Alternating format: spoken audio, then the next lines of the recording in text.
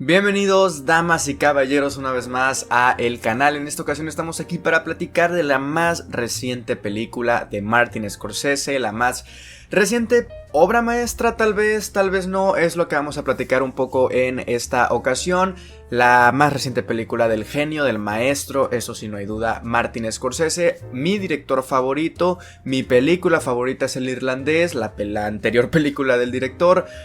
tiene también de mis personajes favoritos, de mis actuaciones favoritas, todo lo que hizo que yo amara el cine como lo amo al día de hoy y lo quisiera que me interesara por otro tipo de cine o a lo mejor que buscara en el cine otro tipo de historias que no había visto yo, que no había conocido en esta ocasión. Por ejemplo, yo no sabía nada de lo que se nos cuenta en esta historia. Es gracias a Martin Scorsese. Yo le debo mi vida entera a Martin Scorsese. Todos deberíamos de deberle nuestra vida entera a Martin Scorsese, creo yo. Pues regresa con Los Asesinos de la Luna, Killers of the Flower Moon, película que ya se había anunciado desde hace un par de años, creo aproximadamente, justo cuando se estrenó El Irlandés. Ya se estaba hablando de que Los Asesinos de la Luna iba a ser el primer western de la filmografía de Martin Scorsese, y aunque no me parece como tal un western, sí transcurre durante los principios de los años 20, de 1920, transcurre en Oklahoma, ¿no? El contexto, a lo mejor las locaciones sí son propias de un western, pero bueno, que el cómo se desarrolla la historia y diversas cosas tal vez no sean propias de por lo menos el western clásico estadounidense o el western clásico italiano de los años 60, ¿no? A los que estamos acostumbrados con Sergio Leone, por ejemplo, aunque sí me parece que tiene bastantes elementos propios de un western clásico, como la lucha de poderes, la lucha de clases, el abuso, la avaricia, todos estos tipos de temas que se exploran en la tesis principal de Killers of the Flower Moon. ¿De qué va Los Asesinos de la Luna? Seguimos, o bueno, primero nos situamos en los años 1920, en Oklahoma, donde está la tribu estadounidense de los Osages, no sé cómo se pronuncie, pero son esta tribu estadounidense que se vuelven, ¿no?, bastante poderosas y bastante importantes, bastante ricas, porque encuentran en sus tierras petróleo al que le llaman oro negro. Entonces llega, como debe de ser según Estados Unidos, llega el hombre blanco estadounidense a asesorarlos, a tutorarlos y, ¿por qué no?, a robarles, ¿no?, un poco de dinero. Esto viene por parte del personaje de Robert De Niro y también el personaje de Leonardo DiCaprio. Entonces, lo que estamos ante una película como Los Asesinos de la Luna, además de todo lo que engloba, ¿no?, ser una película de Martin Scorsese protagonizada por Robert De Niro y por Leonardo DiCaprio, que tiene por ahí participaciones también de Jesse Plemons, de Brendan Fraser, a una talentosísima que yo no la conocía, Lily Gladstone, que ya hablaremos un poco de las actuaciones. Venimos, ¿no?, de una obra maestra, de probablemente, en mi opinión, la mejor película de Martin Scorsese por todo lo que significa, por todo lo crepuscular. Ya tienen mi reseña del Irlandés, que se vuelve también mi película favorita. Las expectativas eran inmensas, ¿no? O sea, esa también era la primera película de Scorsese que yo veía en el cine, hablando de un estreno. El Irlandés no la pude ver en el cine. Ya me he visto un par de películas de Scorsese en el cine, como sería Bringing Out the Dead con Nicolas Cage, y también Gangsters of New York con el propio Leonardo DiCaprio y Daniel Day-Lewis. Esas me las vi el año pasado, de hecho, en cines, pero esta es la primera película, el primer estreno que me veo en una pantalla grande, y vaya que no defrauda. Una cinta de 3 horas y media, poquito menos que El Irlandés, pero vaya, 3 horas y media, una épica, ¿no?, una odisea en donde se nos cuenta una historia, pero se nos cuenta con tiempo, con detalle, con una escritura tan minuciosa en la que sí, tal vez muchos, no es mi caso, tal vez muchos puedan, ¿no?, sentirse alejados, sentirse retraídos de una película de 3 horas y media, de una película de una tribu estadounidense, de petróleo, ¿no? No es como que digas tú el tema más interesante para tal vez muchas personas, ¿no? Sin embargo, no nos olvidemos quién está detrás de las cámaras, quién está enfrente de las cámaras y quién está también en la sala de montaje. Thelma Schoonmaker, la genio, la maestra Thelma Schoonmaker, quien ha trabajado ya en gran parte de la filmografía de Martin Scorsese, y que sin ella Martin Scorsese o las películas de Martin Scorsese no serían lo que son, porque ella les da un dinamismo a las películas, les da una edición que no se vuelve pesada, y que la edición no es simplemente cortar y hacer una película de 3 horas, una película de 1 hora y media. No se trata en la sala de montaje de cortar cosas y de hacerla más corta, sino es de, con la duración y con todo el metraje que tienes, hacer una película interesante con lo que tienes, contarla de una manera en la que se vuelva más interesante, más entretenida incluso, y que te esté contando algo, ¿no? Y todo eso me parece que hay que tenerlo en cuenta para llevarte a la sala de cine a ver una película como Killers of the Flower Moon. Entrando ahora sí en tema de la tesis principal y lo que nos cuenta la película, a mí me parece fascinante cómo Martin Scorsese, por supuesto Eric Roth, que también es co-guionista, David Grant, en el cual está basado el libro. Esta película está basada en hechos reales, pero también está basada directamente del libro, ¿no?, de David Grant. Me encanta cómo agarran a personajes como Ernest, a personajes como el tío de Ernest, William Hale, a Molly, que es nuestra coprotagonista en un inicio, aunque después se va desdibujando, para contarnos una historia sobre avaricia, sobre poder, sobre un conflicto de intereses y sobre cómo una persona, en este caso Ernest, interpretado por Leonardo DiCaprio, puede tener sus intenciones, puede tener sus convicciones, pero siempre va a haber una figura de autoridad mayor, en el caso de Robert De Niro, que haga que esta persona, Ernest, Leonardo DiCaprio, se vea fácilmente manipulada, sea un personaje fácilmente manipulable, y que eso haga que sus decisiones se vean influenciadas por terceros y termine por afectar no solamente a su persona, no solamente a Molly, su esposa, sino a una tribu entera, a una comunidad entera, ¿no? Y creo que también eso se nos cuenta a través de los ojos de un hombre blanco, ¿no? Muchos tenían el problema de ¿por qué no nos cuentan la historia a través de los ojos de Molly, a través de la tribu de los Osage? ¿Por qué a través del hombre blanco que viene a destruir todo, ¿no? Creo que también tiene que ver con otra de las partes importantes de Killers of the Flower Moon, que es cómo la historia que nos cuentan se ve distorsionada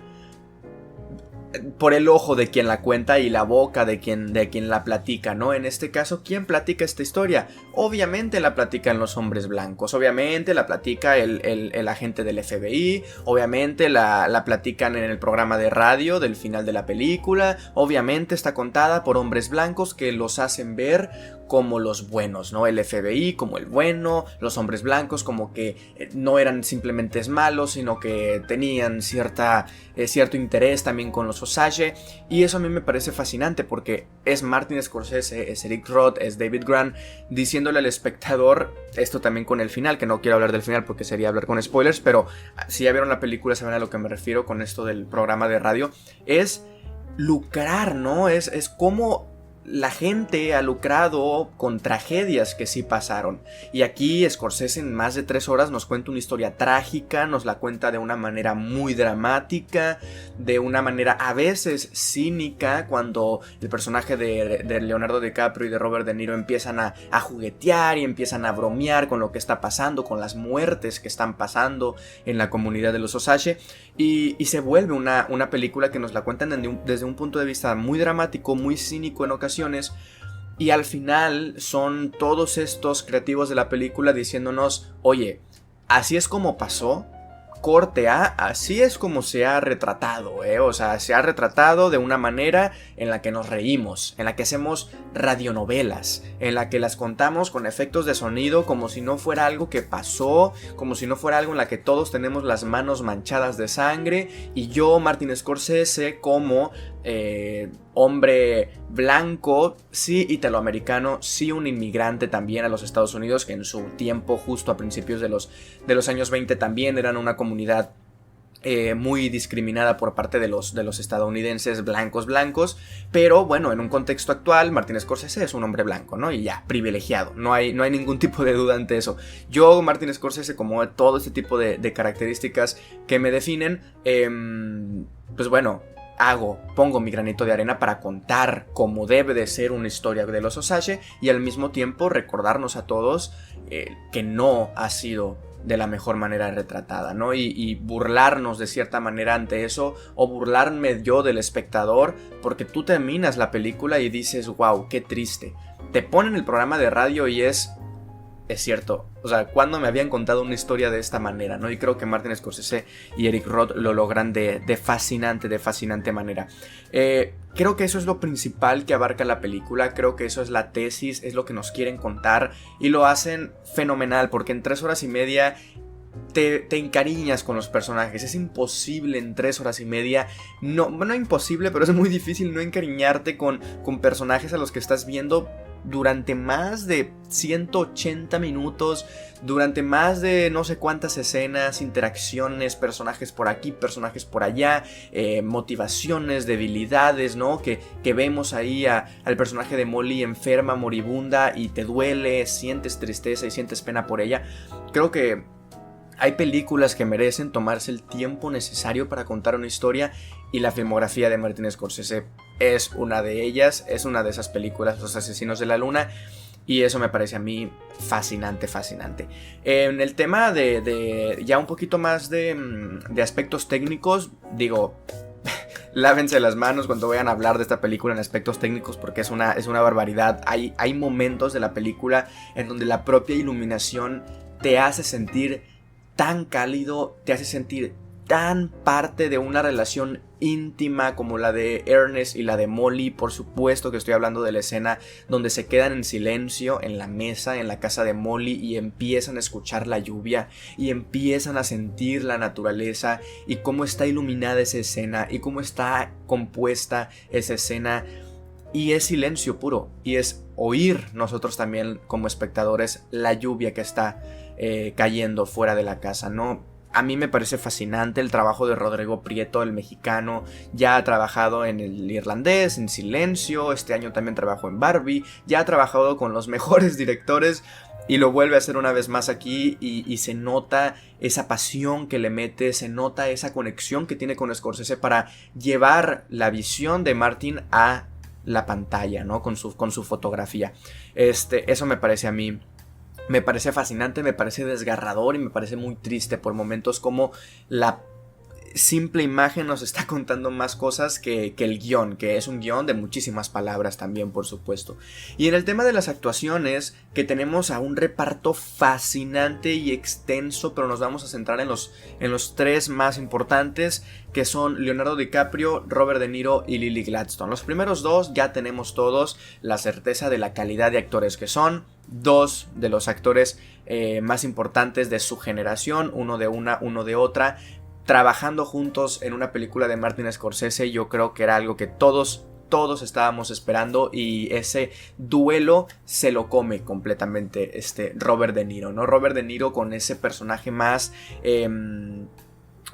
imponente, ¿no? Ese personaje no tanto de a lo mejor de Goodfellas, sino que se asemeja un poco más a la etapa final del Irlandés, que se asemeja un poco más al personaje de Casino, por ejemplo. Y Ernest, Leonardo DiCaprio, que nos regala una actuación un poquito más justo, manipulable, una profundidad emocional un poco más mayor a la del personaje de Robert De Niro, porque entra en conflicto su amor por Molly, su respeto, su temor hacia su tío, y esa conjugación me parece a mí fascinante. Pero quien debería de llevarse, si yo le tuviera que dar el premio a una sola persona en el tema de las actuaciones, sería sin ningún tipo de dudas a Lily Gladstone, porque lo hace hermoso, lo hace fascinante. Yo no la conocía, pero ella, con miradas, con pocos diálogos que tiene en el personaje en la película, se roba completamente. Cuando no está Molly en pantalla, sí hay que decirlo, la película pierde un poco, porque Molly es el corazón de la película y la actuación de Lily Gladstone es el corazón de la película, y me parece fascinante cómo tiene tanto peso emocional en la cinta, en la historia, que cuando no aparece sufre bajones por momentos la película, ¿no? Y creo que esa es una de las cosas que tal vez no me llegue a encantar. Para ir cerrando, porque si no el video se va a hacer muy largo, yo podría hablar de Martin Scorsese y de su obra durante horas y horas.